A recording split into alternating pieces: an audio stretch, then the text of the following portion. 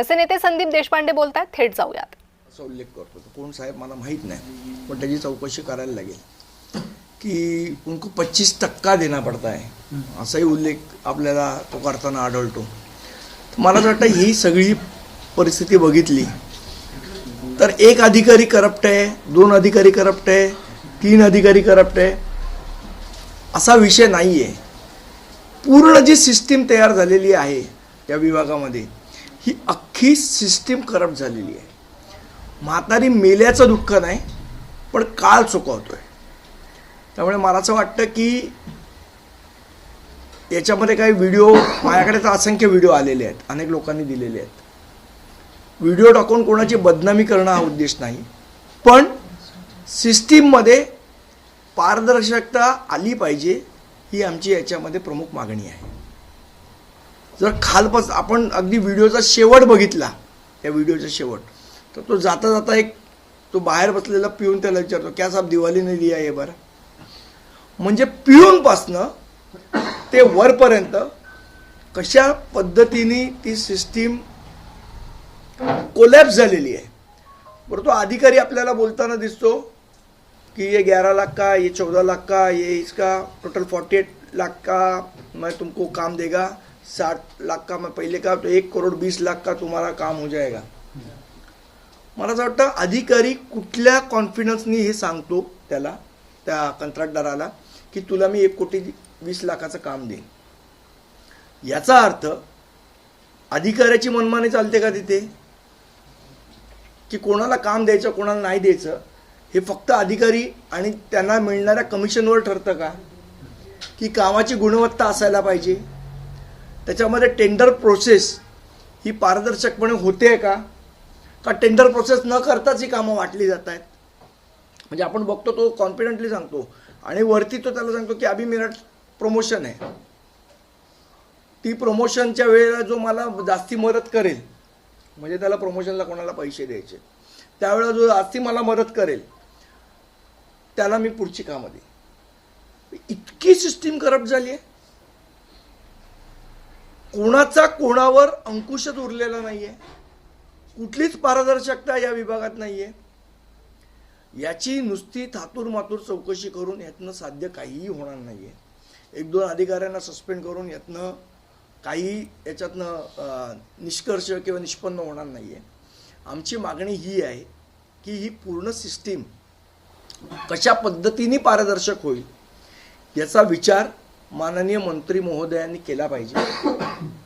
याच्यामध्ये कुठल्याही एका माणसाकडे जर तुम्ही अधिकार एकवटले तर सिस्टीम करप्ट होते, याचं हे उदाहरण आहे. आणि मला असं वाटतं तो सांगताना सांगतो की अंधेरी में जो एग्जीक्यूटिव इंजीनियर बैठा हुआ है उसको भी 25% मेरे को देना है. हे कोण लोक आहेत जे एवढे टक्के घेत आहेत, आणि जर एवढे टक्के घेतले तर खरोखर काम होईल का, या सगळ्याचा गांभीर्याने विचार करणं आवश्यक आहे. मला असं वाटतं हा कुठल्या पक्षाला बदनाम करणं, कुठल्या याला, ही सिस्टीम जी कीड लागलेली सिस्टीम आहे, हा जो समाज कीड लागलेला आहे हा पूर्णपणे साफ होणं गरजेचं आहे. यासाठी बेसिक पावलं उचलणं गरजेचं आहे. सर, आपण जर बघितलं त्या व्हिडिओमध्ये जी टक्केवारी आहे त्या टक्केवारीला जीएसटी देखील देण्यात येईल असं देखील नाही, तो विचारतो ये जीएसटी इन्क्लूड आहे का, तो म्हणतो हा, तो म्हणतो ठीक आहे पैसा मिलेगा तुमको, म्हणजे तुझं प्रॉफिट चांगलं होईल जीएसटी इन्क्लूड, अशा पद्धतीचं त्यांचं कॉन्व्हर्सेशन आहे. आणि तो म्हणतो की मी तेरे लिए मंत्रालय गया था, तेरे लिए ये सब काम मंजूर करके लाया, आणि तो त्याच्याकडनं आपल्याला बघतो पैसे घेताना तो 25,000 देतो, मग तो म्हणतो की और 10,000 दे, तो म्हणतो साहब नहीं लाया, कर्जा करके लाया हूँ.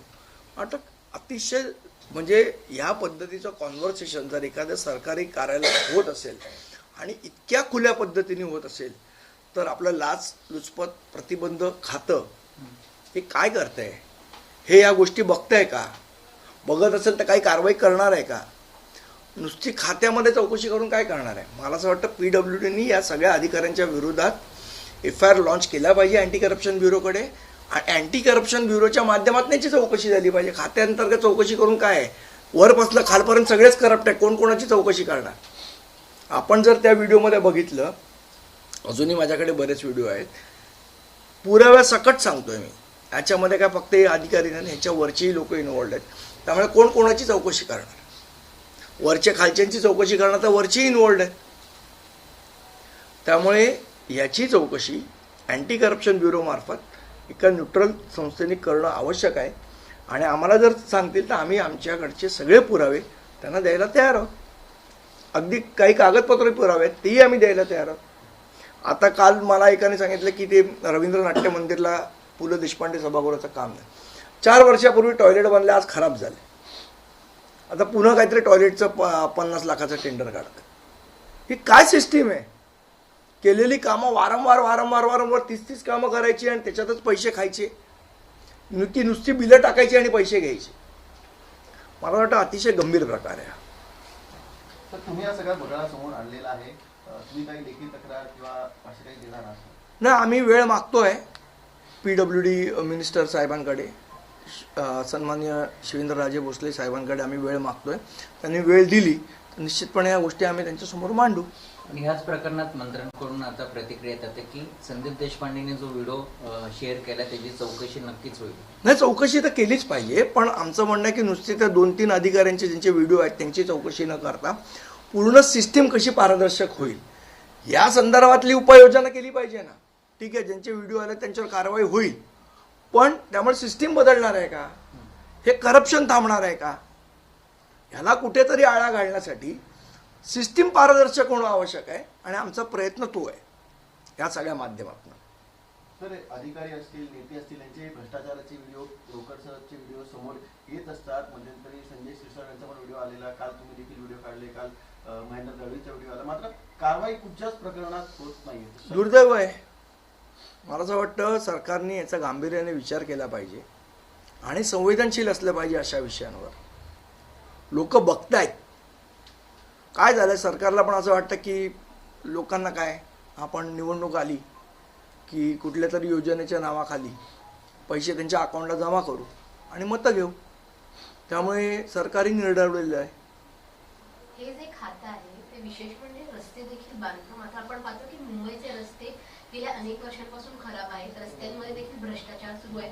तर मग या संदर्भात नाही, मला असं वाटतं PWDचा जो विषय येतो तो म्हणजे मुंबईचे रस्ते हे महानगरपालिका बांधते, PWD नाही बांधत. पण मुंबईमध्ये अनेक ज्या गोष्टी आहेत ज्याचं काम PWD करते, जसं मी तुम्हाला रवींद्र नाट्य मंदिर आणि पु ल देशपांडे सभागृह सांगितलं, पोलीस कॉलनीज आहेत किंवा बाकीच्या ज्या गोष्टी आहेत त्याच्यासाठी फंड येतो, ते सगळं PWD मेंटेन करतं.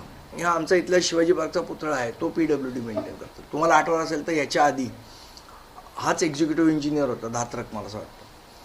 त्याच्या म्हणजे तो पुतळा आधी बनवून घेतला, त्याचं काम करून घेतलं आणि मग त्याचं टेंडर काढलं. हेही प्रकरण आपल्यासमोर आहे. मला असं वाटतं अशा पद्धतीने काम हे PWD मध्ये होताना आपल्याला दिसतंय आणि सरकारने संवेदनशीलपणे याच्यावर कारवाई करावी अशी आमची मागणी राहील. ओके, धन्यवाद. नाही, सोनार, राजेंद्र सोनार.